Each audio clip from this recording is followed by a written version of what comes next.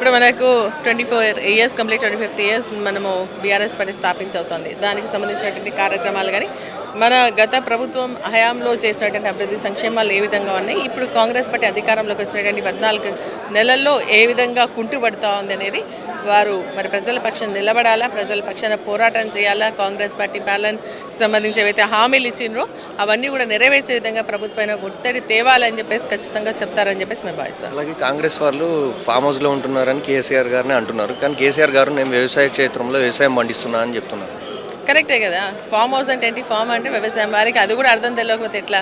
మరి వాళ్ళే official page ఒకటి పెట్టేసి ఫామ్ హౌస్ పాలన బాగుందా లేకుంటే కేసీఆర్ మన ప్రజాపాలన బాగుందా అంటే ప్రజలందరూ కూడా తీర్పు ఇవ్వడం జరిగింది. ఏంటంటే ఫామ్ హౌస్ పాలనే బాగుంది అంటే కేసీఆర్ గారి పాలనే బాగుంది, మీ పాలన బాగాలేదని చెప్పేసి కాంగ్రెస్ పార్టీ అఫీషియల్ పేజ్లోనే ప్రజలందరూ కూడా తీర్పు ఇవ్వడం జరిగింది. అంతకు మించిన ఇంకా సమాధానం అవసరం లేదనేసి నేను అనుకుంటున్నాను. కాంగ్రెస్ బీజేపీ వాళ్ళు చాలా రోజుల నుంచి కేసీఆర్ గారు అసెంబ్లీకి రావడం లేదని ఆరోపిస్తున్నారు. అసెంబ్లీకి వస్తే ఏంది, రాకపోతే ఏంది, కేసీఆర్ గారు హోదా కేసీఆర్ గారికే ఉంటుంది.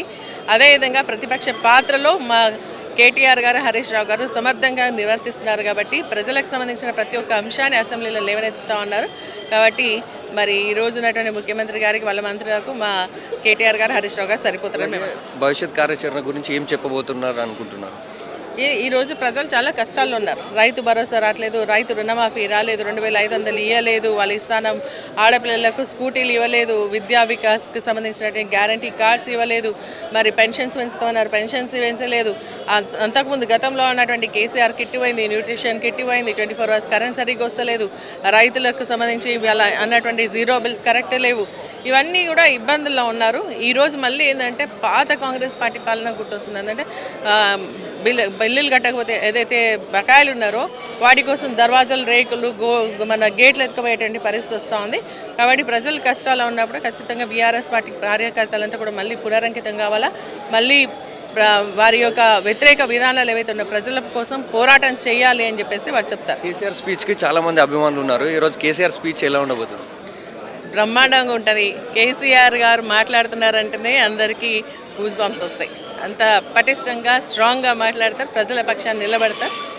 రెట్టింపు ఉత్సాహంతో ఉన్నారంటారా? ఖచ్చితంగా ప్రజలందరూ ఎదురు చూస్తూ ఉన్నారు. ఇన్ని రోజుల గ్యాప్ తర్వాత మళ్ళీ తెలంగాణ భవన్కి వస్తున్నారు అంటే వారు మాట్లాడేటువంటి ప్రతి మాటలో ఒక పెద్ద అర్థం ఉంటుంది, ప్రజల పక్షాన ఉంటుందని చెప్పేసి నమ్మకం, విశ్వాసం ఉంది.